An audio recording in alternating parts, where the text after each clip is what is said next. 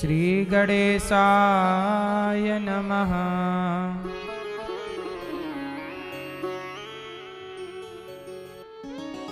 श्री सरस्वत्यै नमः। श्रीमते रामानुजाय नमः।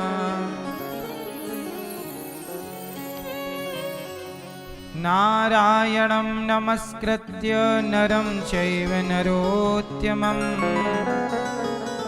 देवीं सरस्वतीं व्यासं ततो जयमुदीरये।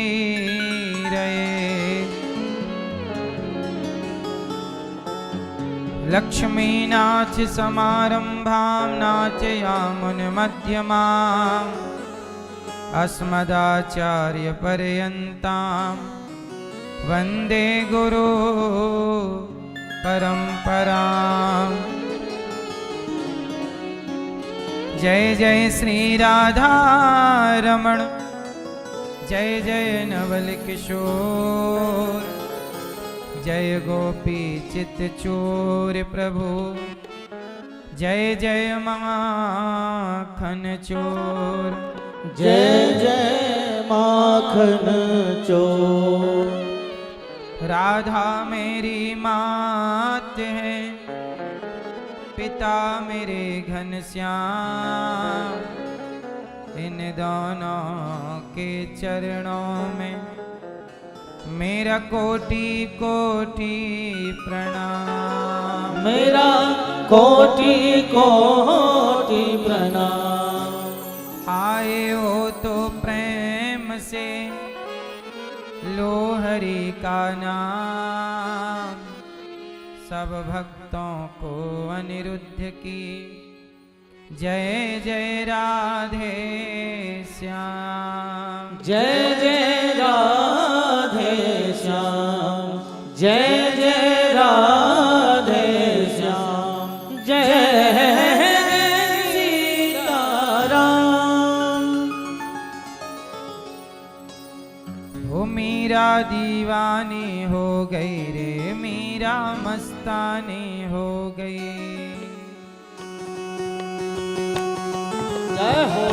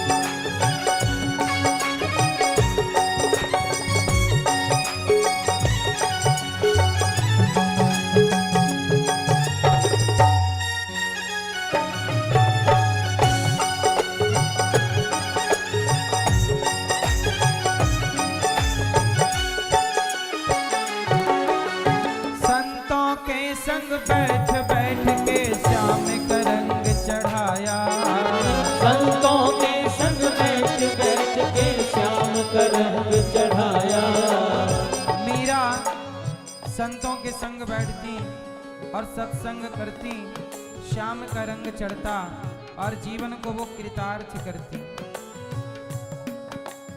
संतों के संग बैठ बैठ के श्याम का रंग चढ़ाया।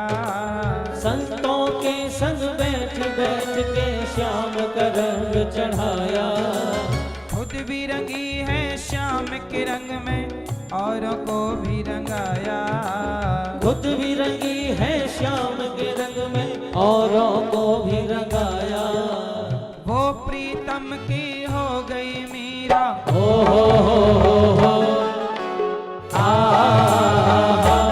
मीरा मीरा मीरा दीवानी हो गई, मीरा मस्तानी हो गई। ओ मीरा दीवानी हो गई, मीरा मस्तानी हो गई।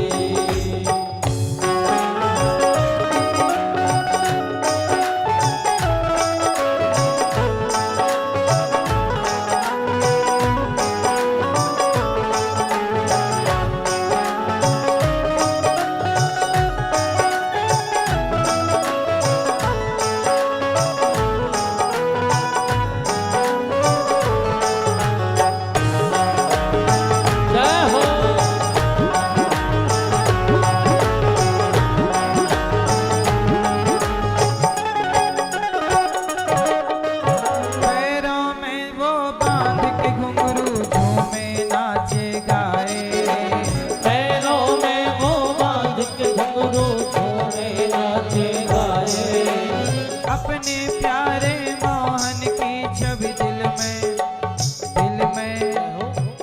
में रहे बसाए। अपने प्यारे मोहन की छवि दिल में रहे बसाए। आओ मेरे श्याम सवरिया। हो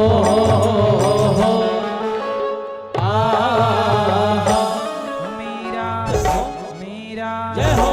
मीरा दीवानी हो गई, मीरा मस्तानी हो गई। ओ मीरा दीवानी हो गई, मीरा मस्तानी हो गई।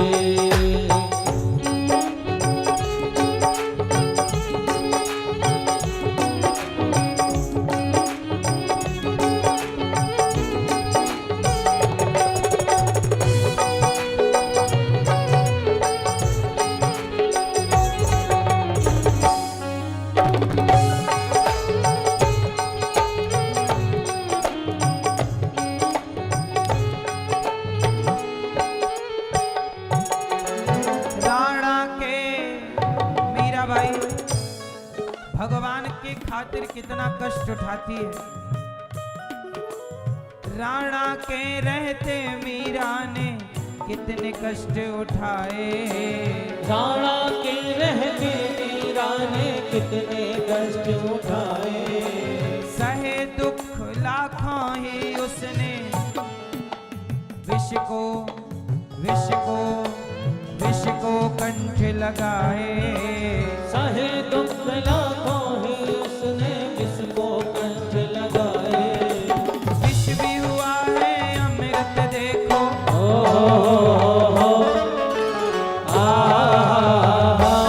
मीरा मीरा जय हो। मीरा दीवानी हो गई रे, मीरा मस्तानी हो गई। ओ मीरा दीवानी हो गई, मीरा मस्तानी हो गई। मीरा दीवानी हो गई रे, मीरा मस्तानी हो गई। ओ मीरा दीवानी हो गई, मीरा मस्तानी हो गई। मीरा दीवानी हो गई, मीरा मस्तानी हो गई। ओ मीरा दीवानी हो गई, मीरा मस्तानी हो गई। श्याम रंग में रंगी चुनरिया। हो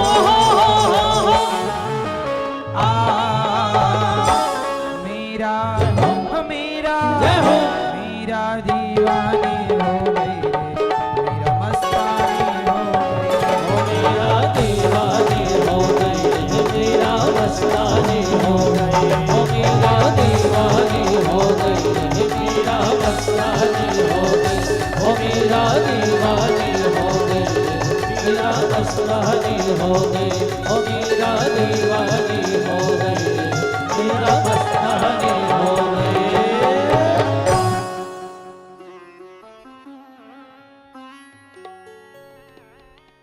मीरा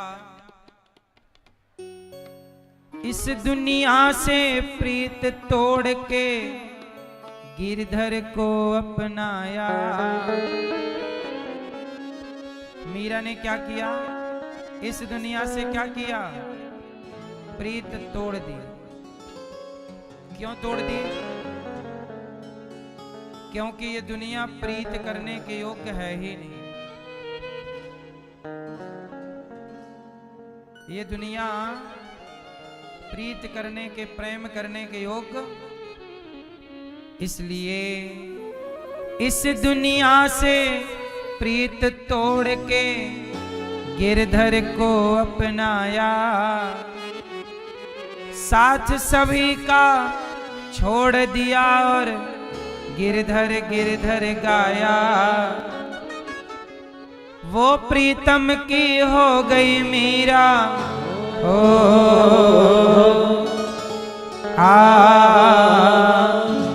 मीरा दीवानी हो गई रे, मीरा मस्तानी हो गई। मीरा भगवान की हो गई, जगत से थक गई मीरा। जगत में क्या है? स्वार्थ। इसलिए मीरा ने इस दुनिया से प्रीत तोड़ दी और गिरधर को अपनाया। साथ सभी का छोड़ दिया, गिरधर गिरधर गाया। भगवान से नाता जोड़ा है,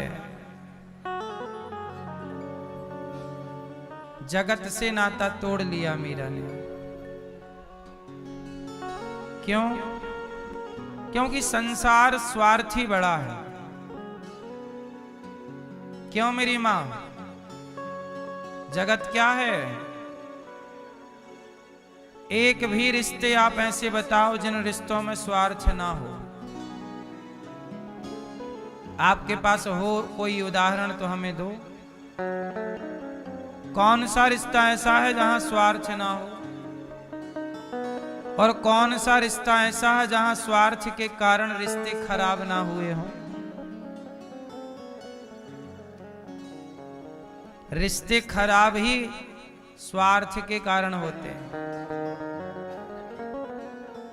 या तो राम जैसा हो त्यागी कि सब छोड़ के वनवास चले जाएं, तो रिश्ते खराब नहीं होंगे।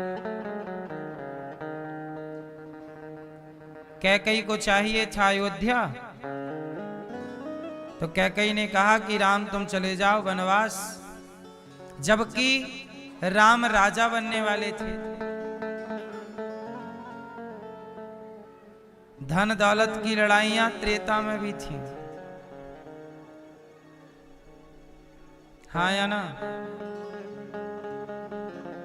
कैकई ने वनवास क्यों भेजा राम को? दौलत के कारण। राम वनवास जाएगा तो राम की दौलत मेरे बेटे को मिल जाएगी। बोलो हाँ। और राम भी अच्छे कि भाई के लिए त्याग दिया सब।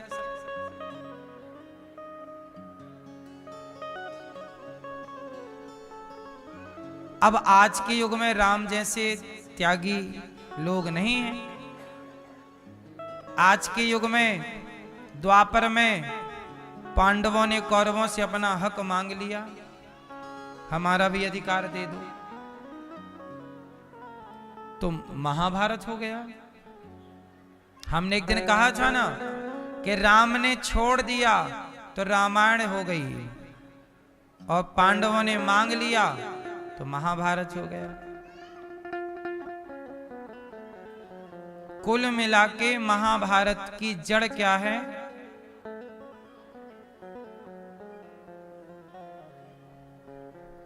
महाभारत की जड़ है संपत्ति, दौलत, पैसा।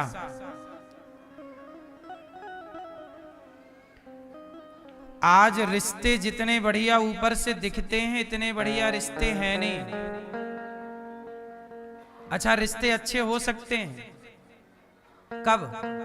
जब सारे लोग अपना अपना स्वार्थ छोड़ दें। पर स्वार्थ छूटता नहीं है। पाप का बाप कौन है? पाप का बाप कौन? पाप का बाप है लोभ। क्या है? लोभ।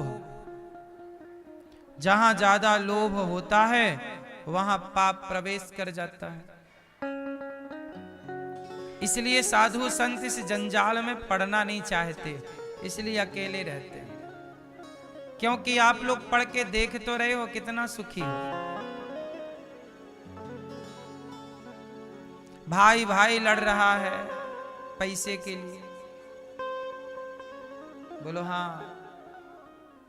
दोस्त दोस्त लड़ रहा है पैसे के लिए, बाप बेटा लड़ रहा है पैसे के लिए, बहन बहन लड़ रही है पैसे के लिए।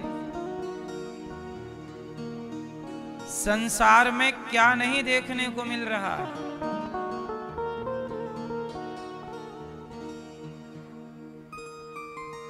सब लोग मूल में परेशान हैं पैसे के लिए। लेकिन हम आपसे कहते हैं कि मीराबाई ने सारे पैसे और चांदी की दीवार को तोड़ा, मीरा ने घर छोड़ दिया, एक धनवान की बेटी ने गिरधर से नाता जोड़ लिया। चांदी की दीवार को तोड़ा मीरा ने घर, एक धनवान की बेटी ने गिरधर से नाता। जगत से दौलत से मन हटाया मीरा ने और भगवान में मन लगाया। इसलिए मीराबाई श्रेष्ठ है। हर नारी का आदर्श मीरा है। जगत में आए हो तो भगवान को पा लेना और मीरा के वचन याद कर लेना कि जगत में जितनी भी दौलत है सबकी यहीं रह जानी है। जो दौलत हम छोड़ रहे हैं वही संग जानी है। कौन सी दौलत? मीराबाई ने गाया, पायो जी मैंने राम रतन धन पायो। ये राम नाम की दौलत संग जाएगी, वो कोई कमा नहीं रहा है, और जो कमा रहे हो वो यहीं छूटना है। इसलिए जितना अधिक से अधिक भगवान का चिंतन कर सकते हो कर लेना, वही पूंजी संग चलेगी। बाकी इस धरती पे जितना भी है, जितना का तुम घमंड लिए घूम रहे हो, वो सबकी सब यहीं रहनी है और सबकी रहनी है। ये बात सबके लिए है। मैं भी इसमें हूं, इस बात के भीतर ही। मैं भी मरूंगा तो मेरी कफन में जेब ना होगा, एक रत्ती ना जाएगा मेरे साथ। आप भी मरोगे तो कफन में जेब ना होगा। लेकिन सारी लड़ाई झगड़े उस पैसे की ही है जिसे लेकर जाना ही नहीं। प्रभु तेरी माया तेरा खेल कैसा, जमाने को पागल बना दे ये पैसा।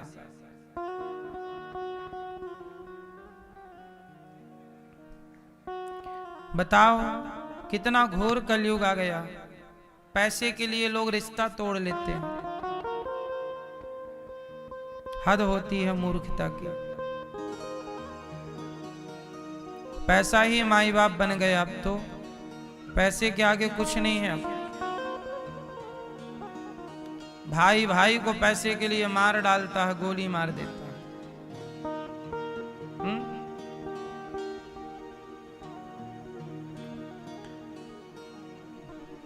भगवान ने कंस को मार दिया। भगवान कृष्ण ने किसको मार दिया? कंस को। और कंस को मार दिया तो अब मथुरा का राजा कौन बनेगा? भाई नियम होता है कि जीता हुआ राजा ही हारे हुए राजा की संपत्ति का मालिक होता है। नियम तो ये। भगवान कृष्ण जीत गए और कंस, तो अब मथुरा का राजा किसे बनना चाहिए? बोलो किसे? भगवान कृष्ण को राजा होना चाहिए, पर भगवान श्री कृष्ण राजा नहीं बने। क्यों? इसलिए राजा नहीं बने कि भगवान बोले कि कंस की दौलत का मैं क्या करूंगा, मैं दूसरे की दौलत का राजा क्यों बनूं? मुझे राजा बनना ही होगा तो मैं अपनी दौलत कमा के अपनी दौलत का राजा बनूंगा। इसलिए भगवान ने किसी राजा को जीत कर उसकी संपत्ति नहीं ली, अपनी द्वारिका खुद बनाई और अपनी द्वारिका के राजा बने। भगवान किसी के राज्य के राजा नहीं बने, किसी राजा को हराकर उसकी संपत्ति के राजा नहीं बने।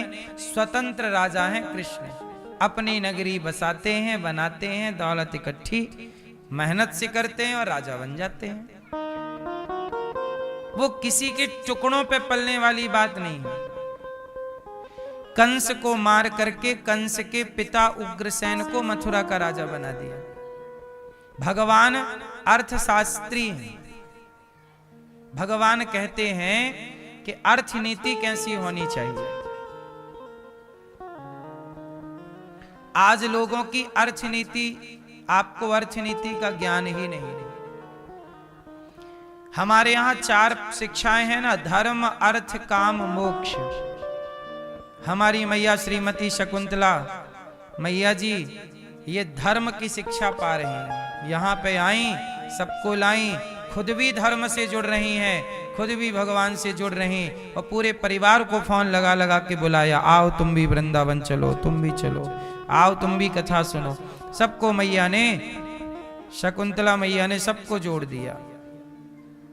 अपने स्वर्गीय पति ओम प्रकाश शर्मा जी के लिए भी कथा का आयोजन करा दिया, उनको भी परम गति प्राप्त हो। एक पत्नी का फर्ज पूरा किया। देखो एक बात बताएं,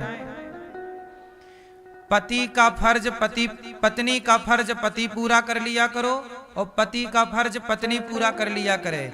बच्चों से उम्मीद है कुछ नहीं है। अब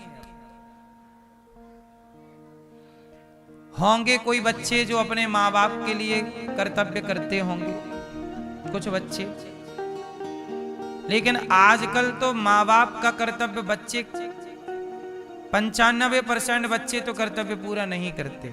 बाप की संपत्ति लेकर के भूल जाते हैं। कई बच्चे ऐसे हैं जो बाप का पिंडदान भी नहीं करते, श्राद्ध भी नहीं करते, तर्पण भी नहीं करते, बाप की तिथि तक याद नहीं है बच्चों को। हाँ या ना? कितने लोग ऐसे हैं, कितनी बेटियां ऐसी हैं कि जो अपनी माओ को वृद्धाश्रम छोड़ के चली जाती हैं। हमारे पास 310 माएँ हैं। इन माँ में बहुत सारी माएँ ऐसी हैं जिनको बेटियां छोड़ने आई हैं। ना बेटा सेवा करना चाहता है, ना बेटियां। लोग कहते बस हैं कि हमारे खाते में माँ आएगी तो हम सेवा करेंगे, और जब आ जाती है तो छोड़ के चले जाते हैं। कहावत सुनी होगी, दूर के ढोल सुहावने लगते हैं। बातें सुनने में अच्छी लगती हैं, करने को पड़ता है तो लोग भाग जाते हैं। कुल मिलाकर ये है कि आज के बच्चे अपने माँ बाप का कर्तव्य पूरा नहीं कर रहे हैं। माँ बाप की संपत्ति तो पूरी लेंगे, पर माँ बाप को पानी तक नहीं देंगे गिलास भर।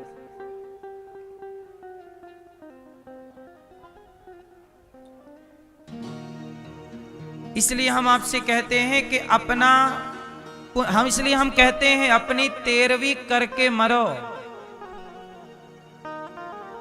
अब इतना घोर कलयुग आ गया है कि अपनी 13वीं करके मरना चाहिए सबको। तुम्हारा बेटा करेगा तुम्हारी 13वीं, तुम्हारी बेटी करेगी तुम्हारी 13वीं, इसकी गारंटी नहीं है। 4 बेटे हैं ना जिस बाप के, तो बाप के मर जाने पर चारों बेटा लड़ते हैं कि तुम कर लो 13वीं, तुम कर लो, तुम्हारे पास थे तुम करो। सोचिए, बाप के नाम से 13 ब्राह्मण खवाने में आपस में झगड़ते हैं। ये वही बच्चे हैं जो बाप की सारी संपत्ति ले लिए बंटवारे में, और 13वीं में 13 ब्राह्मण खवाने में पसीने आ रहे हैं। इसलिए हम उस बाप से कहेंगे, काहे तुम बच्चों के भरोसे 13वीं छोड़ के गए हो, जीते जी खवा के जाते तेरा ब्राह्मण अपने, कि मरने के बाद तुम खवाओ ना खवाओ। क्यों? अपनी 13वीं करके मरो। बच्चे करेंगे इसकी गारंटी कौन लेगा?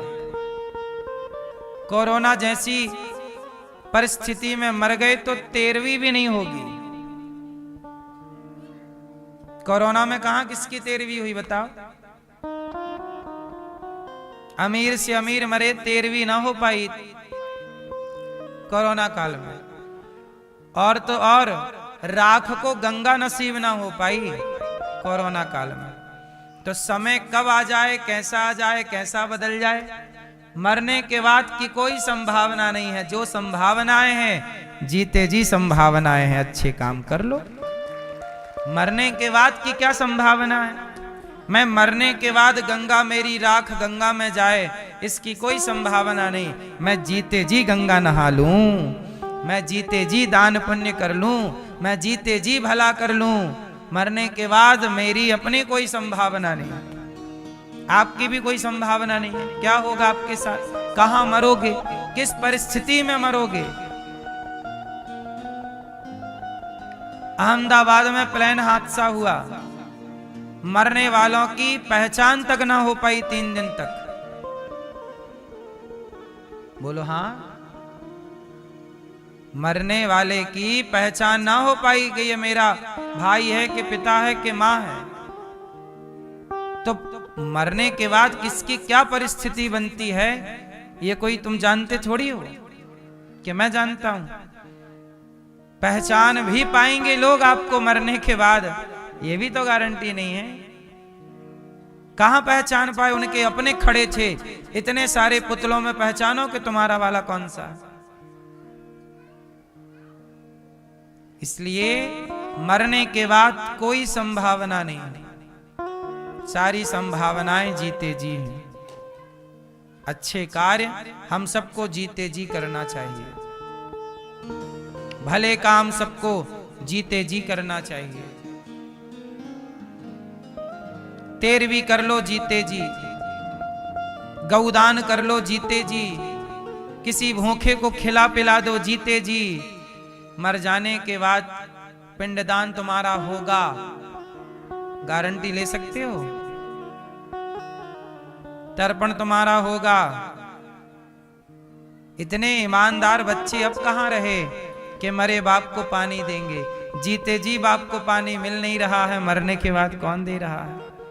वो ईमानदार लोगों का जमाना अलग था कि जहां मरे बाप को भी लोग जल देते थे, तर्पण करते थे, श्राद्ध करते थे, पिंडदान करते थे। वो ईमानदार लोगों का जमाना था, जहां बेटा ये मानता था कि मेरे बाप का मेरे ऊपर एहसान है।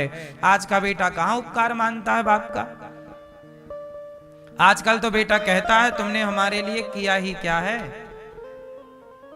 आज का बेटा तो ये कहता है तुमने हमारे लिए क्या किया है। एक जमाना था कि पिता का उपकार, पिता 10 जूते मार ले फिर भी बेटा पलट के जवाब नहीं देता था। बाप 4 जूते मारे सबके सामने, बेटा सिर झुका के जूते खाता था और बाप का सम्मान करता था। आज तो तनिक बाप कुछ कह दे तो बेटा चढ़ाई कर दे बाप के ऊपर। सब कुछ पढ़ लिया, सहनशीलता ही तो नहीं पढ़ी। सारे कागज पढ़ लिए, सारी पुस्तकें पढ़ ली, रिश्तों को पढ़ना भूल गए साहब, रिश्तों को पढ़ना भूल गए। बड़े बड़े उपन्यास पढ़े, बड़े बड़े कवियों को पढ़े, बड़ी बड़ी हिस्ट्रियां पढ़ी, बड़ा साहित्य पढ़ा, पर मां के भाव को, पिता के भाव को पढ़ना बच्चे भूल गए। ना मां को पढ़ पाए और ना बाप को पढ़ पाए। सब कुछ पढ़ा, मां बाप को ना पढ़ पाए।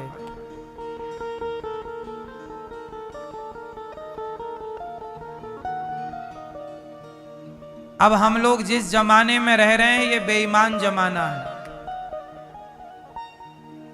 अब हम लोग जिस जमाने में हैं वो कौन सा जमाना है? बेईमान जमाना। यहां बेटा भी बेईमान हो जाता है, यहां बेटी भी बेईमान हो जाती है। यहाँ रिश्ते भी बेईमान हो जाते हैं, यहाँ पक्का दोस्त भी बेईमान हो जाता है। कौन रिश्ता है बताओ जो बेईमान ना हुआ हो आज के जमाने में? एक रिश्ते का नाम बताओ। अपने बेईमान हो गए साहब, अपनों ने लूटा है हमें, गैरों में कहां दम था। मेरी कश्ती तो वहां डूबी जहां पानी कम था। इसलिए कहता हूं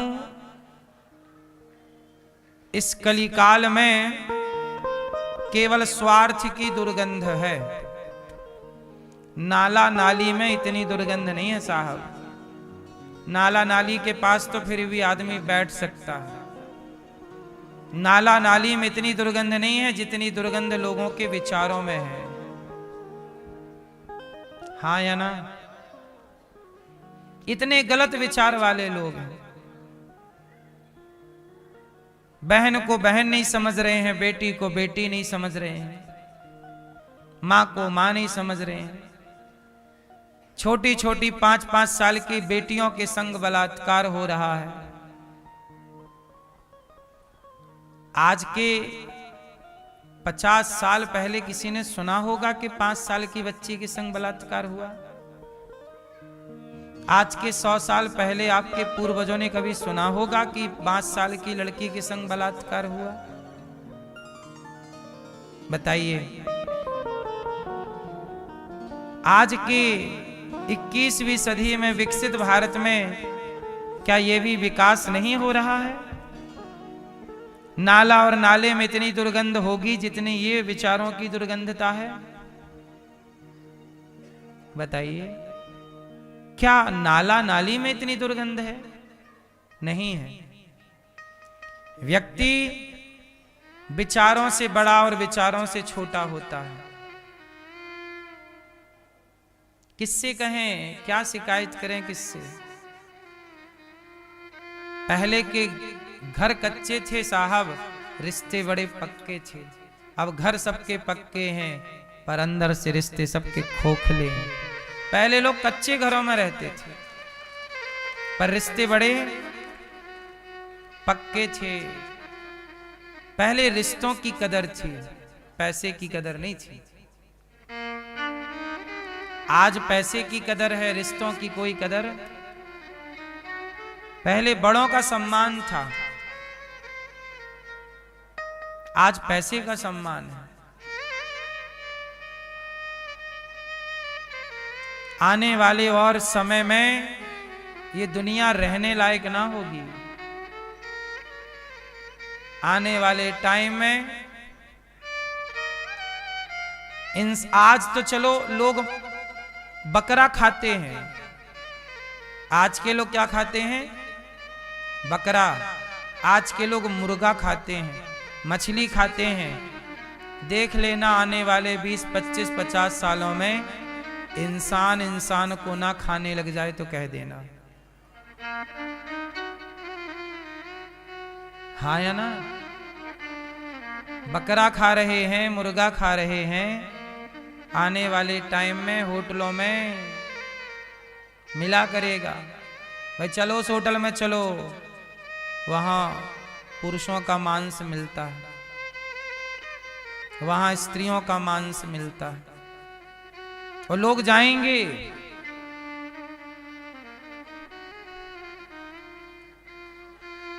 आने वाले कलयुग में और क्या क्या होगा सब देखने को मिलेगा। कलयुग में ये आपकी भी गलती नहीं है, ये युग का धर्म है। इसलिए कहता हूं कि बारिश को आप रोक नहीं सकते पर छाता लगा के अपना बचाव कर सकते हैं। ऐसे युग के प्रभाव को आप रोक नहीं सकते पर भगवान की शरण ग्रहण करके आप लोग अपना अपना बचाव कर सकते हैं। अपना अपना बचते चलो, भगवान के आश्रित रहते चलो, वरना अब यहां दोष किसे दोगे आप? इस कलयुग में जिसे आप कहते हैं अदालत, जहां से न्याय की उम्मीद होती है वहीं न्याय करने वाला बिक जाता है। बोलो हाँ। जिससे उम्मीद है कि ये न्याय करेगा, वही पैसे लेके बिक गया। ये बात सही है या गलत है? न्यायालय और न्यायकर्ता बिक जाते हैं कि नहीं? बोलो हाँ। कितने लोग हैं जो दोषी हैं पर बाहर घूम रहे हैं, और जो निर्दोष हैं वो जेल के भीतर सजा काट रहे हैं। कलयुग है। इस कली काल में जो आप देखते जाओ सब कम है। आश्चर्य ना करना साहब, कलयुग है। क्या है? कलयुग है। भगवान श्री कृष्ण प्रकट हुए, देवकी मैया भगवान को देख रहे हैं, वसुदेव जी लेकर जा रहे हैं। यशोदा मैया बड़े प्यार से लाला की आंखों में काजल लगा रही हैं। बड़े प्यार से मैया यशोदा बड़े भाव से मैया श्रृंगार कर रही हैं। अभी चल रही थी सेवा पूजा भगवान की कि पूतना मौसी आ गई। पूतना लोक बालग्नि राक्षसी रुधिरासना जिघांसया पहरे स्तनम दत्वाप सद्गतिम।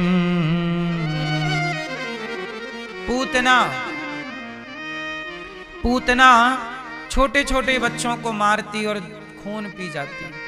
ऐसी पूतना भगवान कृष्ण को मारने चली। और जब भगवान पालने पे लेटे दूध पी रहे थे, मैया दूध पिलाई और पालने पे लिटा दिया और भगवान को लिटा करके चली गई। कन्हैया पांव का अंगूठा पकड़कर चूसने लग गए, पांव का अंगूठा पीने लग गए। पूतना मौसी आई। पूतना बड़ी सुंदरी बन करके आई। क्या बन करके आई?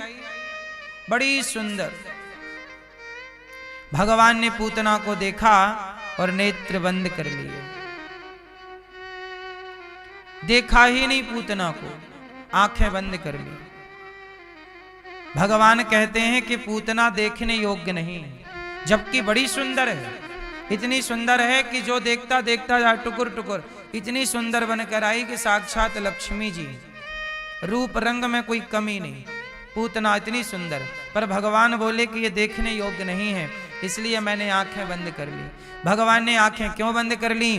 क्योंकि पूतना बाहर से बड़ी सुंदर थी, पर भीतर पूतना के छल कपट भरा हुआ है।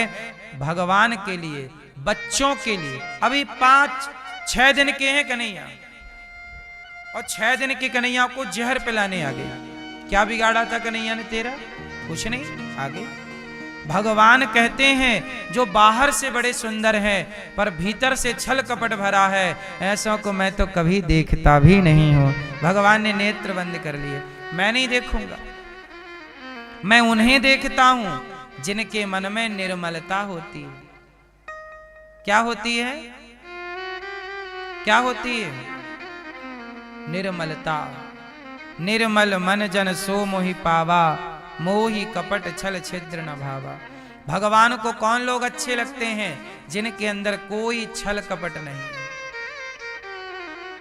जो बाहर से जैसे भीतर से। बाहर भीतर दोनों एक। आवाज का व्यक्ति कैसा? बाहर से कुछ, भीतर से कुछ। पूतना मौसी को देखा, बंद कर लिए नेत्र। आई पूतना, दूध पिलाने लगी। भगवान ने पूतना का दूध पिया। दूध पीने के बाद थोड़ा सा जहर था। पूतना जहर पिलाने लगी। भगवान ने जहर लाई थी ना पूतना, जहर पीने लगे भगवान। और जैसे ही जहर पिए, पूतना के प्राण भी पीने लगे हाथ। और प्राण पिए, चिल्लाई पूतना, बालक छोड़ दो, छोड़ दो। भगवान बोले मौसी जी, हम जल्दी से पकड़ते नहीं हैं, और पकड़ लें तो फिर कभी छोड़ते नहीं। भगवान पकड़ते हैं, छोड़ते नहीं। एक बार पकड़ लें तो फिर नहीं छोड़ते, लेकिन वो पकड़ते बड़ी देर से हैं। वो पकड़ते तब हैं जब निर्मलता हो। क्या होनी चाहिए? निर्मलता। निर्मल मन जन सो मोहि पावा, मोहि कपट छल छिद्र न भाव। क्या होनी चाहिए? निर्मलता, कोई छल कपट ना हो। आजकल का आदमी छल कपट से भरा है। भगवान ऐसे लोग, आजकल लोग दिन भर राम राम जप रहे हैं, लेकिन राम राम जप तो रहे हैं पर ईर्ष्या भरी पड़ी है, द्वेष भरा पड़ा है। उसका ऐसा बिगड़ जाए, उसका ऐसा हो जाए, तो तुम्हारे राम राम जपने से कोई फायदा है? तुम धोखा किसे दे रहे हो? भगवान को। भगवान निर्मल मन वाले को मिलते हैं। इसलिए कहता हूं, पड़ोसियों को देखकर ईर्ष्या ना किया करो। तुम्हारा पड़ोसी तरक्की कर गया, कुछ लोग क्या कहते हैं, अरे बड़ा पाप किया होगा, 2 नंबर का काम किया होगा। कुछ लोग क्या एक दूसरे को देख के जलते रहते हैं। मैं आपसे एक सवाल करूं, तुम किसी को देखकर क्यों जल रहे हो? भाई उसके भाग्य का वो खा रहा है, तुम्हारे भाग्य का तुम खा रहे हो। उसके भाग्य में यदि 4 मंजिला घर है तो वो 4 मंजिला घर पर रह रहा है। तुम्हारे भाग्य में झोपड़ी है घास की, तुम झोपड़ी में रह रहे हो। तुम भी मेहनत करो। ईश्वर ने 2 हाथ तुम्हें भी दिए, ईश्वर ने 2 पांव तुम्हें भी दिए हैं। ईश्वर की ओर से तो देखो भेदभाव नहीं हुआ। आपके कितने हाथ हैं और हमारे भी 2 हाथ हैं। टाटा बिड़ला के कितने हाथ हैं, बिल गेट्स के कितने हाथ हैं, अडानी अंबानी के कितने हाथ हैं, और आप लोगों के भी 2। और आप लोग कहते हो वो बेईमानी किया होगा, पाप किया होगा, ये किया हो, तो तुम भी कर लो ना, तुम्हारे भी तो 2 हाथ हैं। किसी की निंदा करना आसान है पर किसी की बराबरी करना कठिन है। इसलिए लोग बराबरी ना कर पाए तो निंदा करके मन को तसल्ली देते रहते हैं, लेकिन ये तरीका भी तो गलत है। हम कहते हैं ईश्वर ने आपको क्या नहीं दिया, 1 खोपड़ी उनके पास, 1 खोपड़ी आपके पास, 2 आंखें उनकी, 2 आंखें। ईश्वर की ओर से सबके शरीर में लगभग 7 किलो ब्लड है। क्यों भाई? शरीर में कितना खून होता है? आप कोई डॉक्टर वगैरह हो तो हमें बताओ, हमें ज्ञान नहीं। कितना ब्लड होता है शरीर में? 7 लीटर सुना है मैंने, हो सकता गलत सुना हो। क्यों भाई, आप जानती हो कितना होता है? 5 लीटर। आप नापी थी पूरा अपना?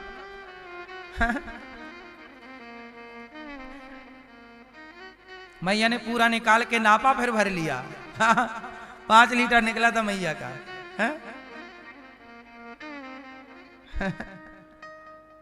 चलो 5 मान लो। सबके शरीर में लगभग उतना ही ब्लड है। बोलो हाँ। 7 से 12 लीटर।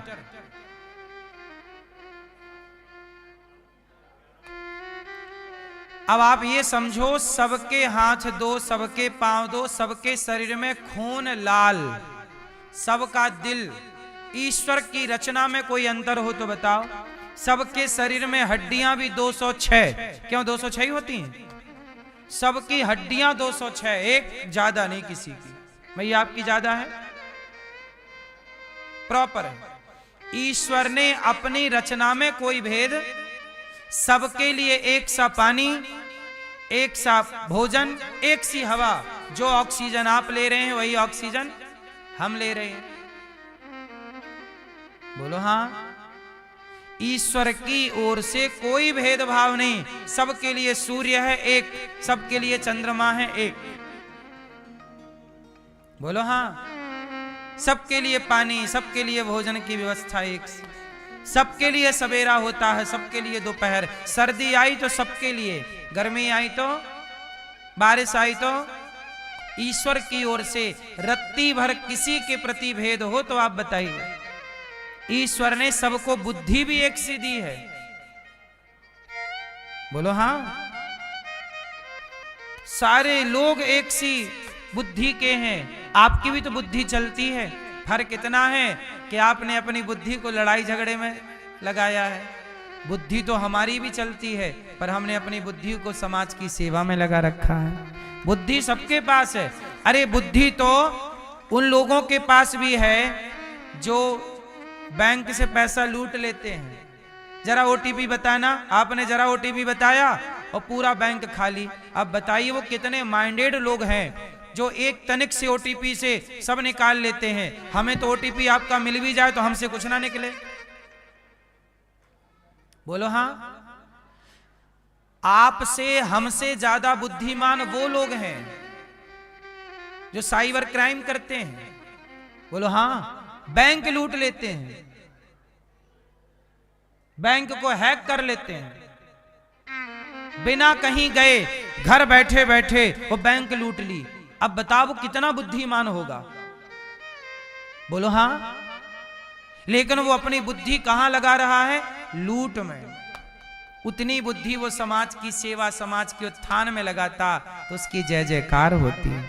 बुद्धि तो है, कहां लगा रहा है? आप लोगों की भी बुद्धि है, लेकिन आप कई बार निंदा में, चुगली में, दूसरों को नीचा गिराने में अपनी बुद्धि खपाते हो। ईश्वर ने तो भेद नहीं किया, तुमने अपना दिमाग लगाया ही गलत जगह। जितना दिमाग तुमने दुनिया को नीचा गिराने में लगाया, इतना अपने को ऊपर उठाने में लगाते तो आप बहुत ऊपर उठ चुके होते। हाँ या ना? फिर आप दोष किसको देते हो? भगवान देखो उसको दे दिया, हमें कुछ नहीं दिया।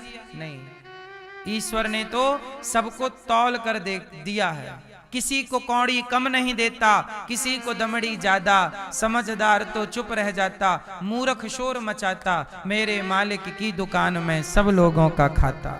वहां सबका हिसाब है, जैसी करनी थी वैसा मिला।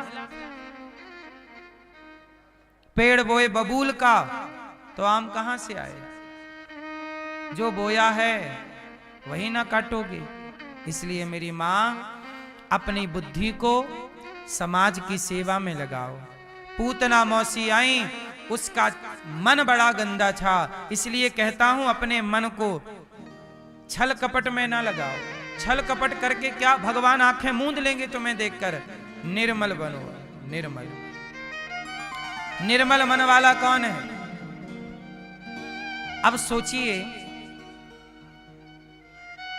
जो आदमी चींटी को दाना डाल रहा हो, सोचिएगा, जो आदमी चींटी को दाना डाल रहा हो, जो पक्षियों को दाना खिला रहा हो, जो किसी को भूखे को रोटी दे रहा हो, जो किसी सांप को भी दूध पिला रहा हो, जो कुत्ते को रोटी दे रहा हो, जो गाय को रोटी दे रहा हो, जो मछली को दाना दे रहा हो,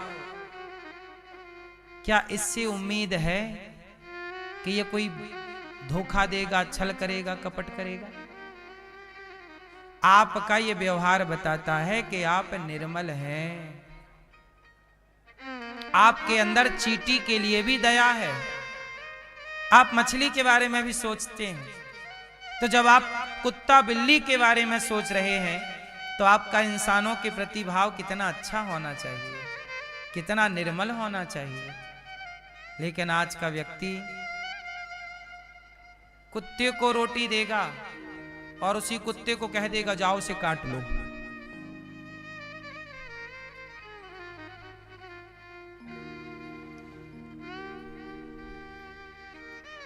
आप लोगों से मेरी विनती है, दुनिया छल कर रही है, करने दो। कपट कर रही है, करने दो। आप ना करो। उम्मीद आपसे है, क्योंकि कथा आप सुन रहे हैं, है ना? भरत जी से गुरु वशिष्ठ जी ने कहा कि तुम राजा बन जाओ।